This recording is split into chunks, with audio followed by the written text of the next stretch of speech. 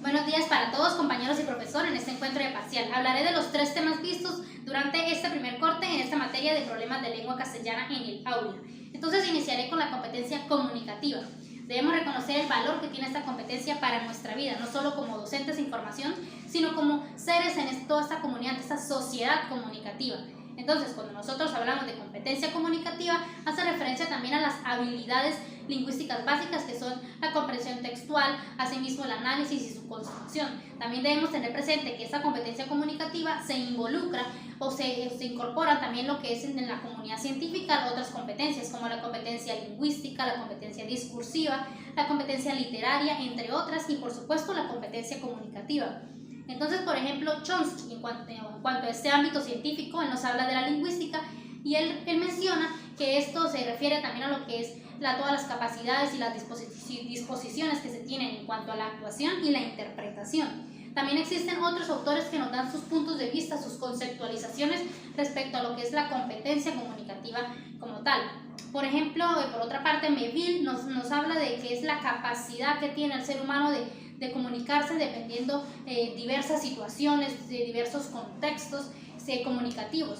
Por otra parte también tenemos a Casani, y Casani nos habla de esta comunicación en el habla, cómo el niño adquiere y cómo se comunica de manera asertiva, cómo intenta y se desarrolla todo este aspecto de la comunicación en cuanto a las personas y la sociedad.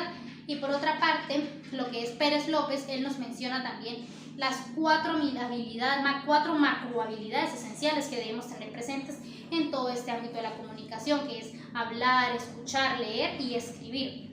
Por otra parte, Domínguez, él nos habla de esta competencia comunicativa como la experiencia que nosotros adquirimos a través de la historia, a través de esta manera diacrónica, de cómo la persona va desarrollando su intelectualidad gracias a lo que va conociendo, lo que va adquiriendo, a los contextos en los que se va involucrando, las situaciones comunicativas, y cómo eso difiere como tal al desarrollo del intelecto cognitivo, teniendo en cuenta aspectos socioafectivos, aspectos biológicos, aspectos afectivos, emocionales, y cada uno de estos elementos esenciales de la comunicación. Y ya por otra parte, en cuanto ya a esta competencia comunicativa, es importante también mencionar a Pulido y Pérez, que ellos nos dan 9 componentes esenciales de la competencia comunicativa integral, en que cada uno de estos componentes y de esas competencias pues se involucran y forjan como tal un aspecto esencial que engloba la competencia integral comunicativa. Entonces en este se encuentra la lingüística, asimismo la estratégica, es decir, las estrategias que emplea el docente, las técnicas y métodos, cada una de estas, la sociolingüística, es importante tener en cuenta lo que es esta relación entre lenguaje y sociedad, y asimismo la sociocultural, entre sociedad y cultura, la cognitiva, la afectiva, la comportamental, la sociolingüística, estratégica y la de aprendizaje. Todas estas 9 componentes de esta competencia comunicativa son esenciales para el desarrollo como tal y para que conozcamos cada una de su importancia que tiene en esta competencia.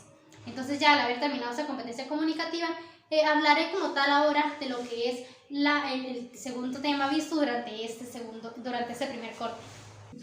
Muy bien, entonces este segundo tema visto en este primer corte son los proyectos de aula en lengua castellana. Cuando nosotros nos referimos a todos esos proyectos de aula, se deben tener en cuenta también todas las conceptualizaciones que se deben ir anexando en el mismo, así teniendo presente los entes, las organizaciones académicas, educativas que se encargan de cada uno de estos lineamientos del currículo, por ejemplo, de los estándares básicos de competencia, de los EBC, todos esos aspectos a tener en cuenta, como tal el docente debe tener presente.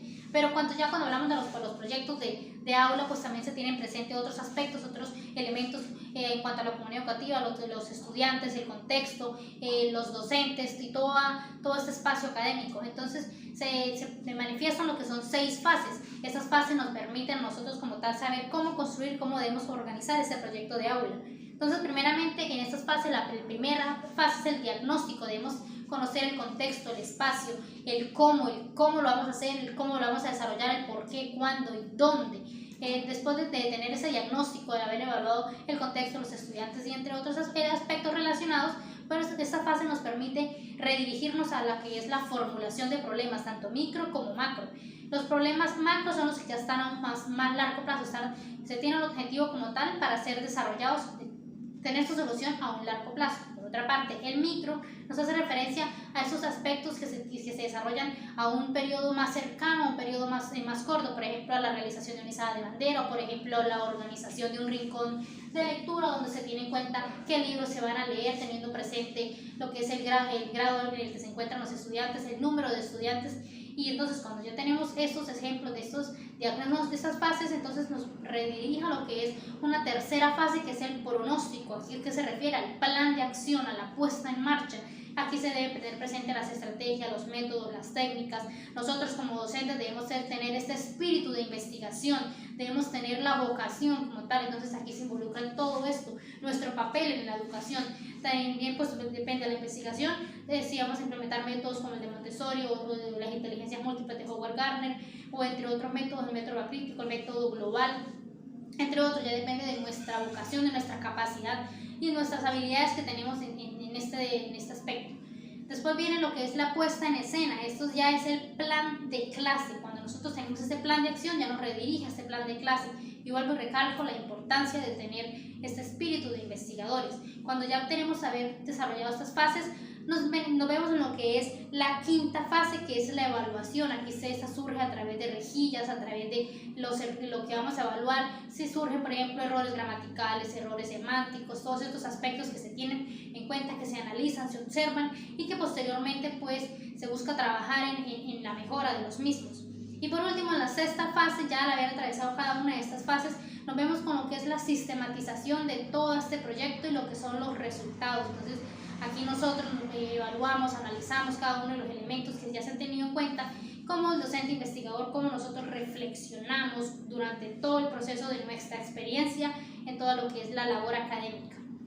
Y ya entonces, teniendo en cuenta todas estas fases, podemos ya tener presente de cómo de verdad vamos a desarrollar este proyecto de aula y pues cada uno de los elementos que involucra.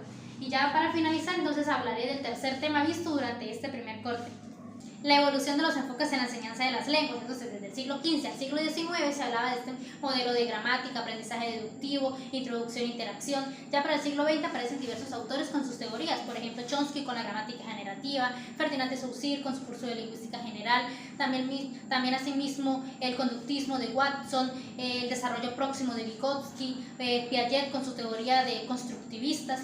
Y ya para lo que es inicio de todo este siglo XXI, pues recoge mayor fuerza lo que es la retórica y también otros puntos, otros aspectos mencionados en los temas anteriores, también métodos directos, métodos de introducción, métodos de traducción, asimismo la asimilación y acomodación, la competencia lingüística como tal.